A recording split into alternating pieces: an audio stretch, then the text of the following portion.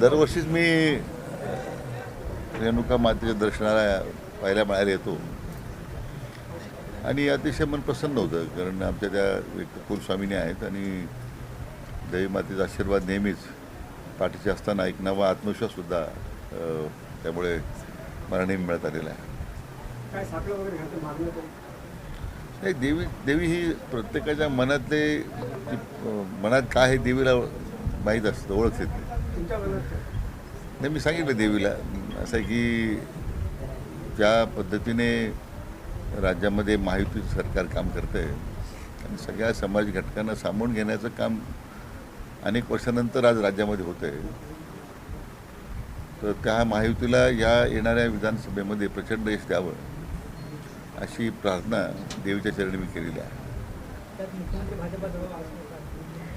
हे महायुतीचं मुख्यमंत्री होणार आहे, त्यामुळे त्याच्यामध्ये वेगळ्या देवीला मागण्याचं कारण नाही आहे. तर जागा वाटपासंदर्भात काही चर्चा वगैरे कधी होणार कधीतरी महायुतीला? नाही, आता जागा वाटपाची प्रक्रिया सुरू आहे. मला वाटतं एवढं एक 7-8 दिवसात निर्णय होईल अशी अपेक्षा आहे.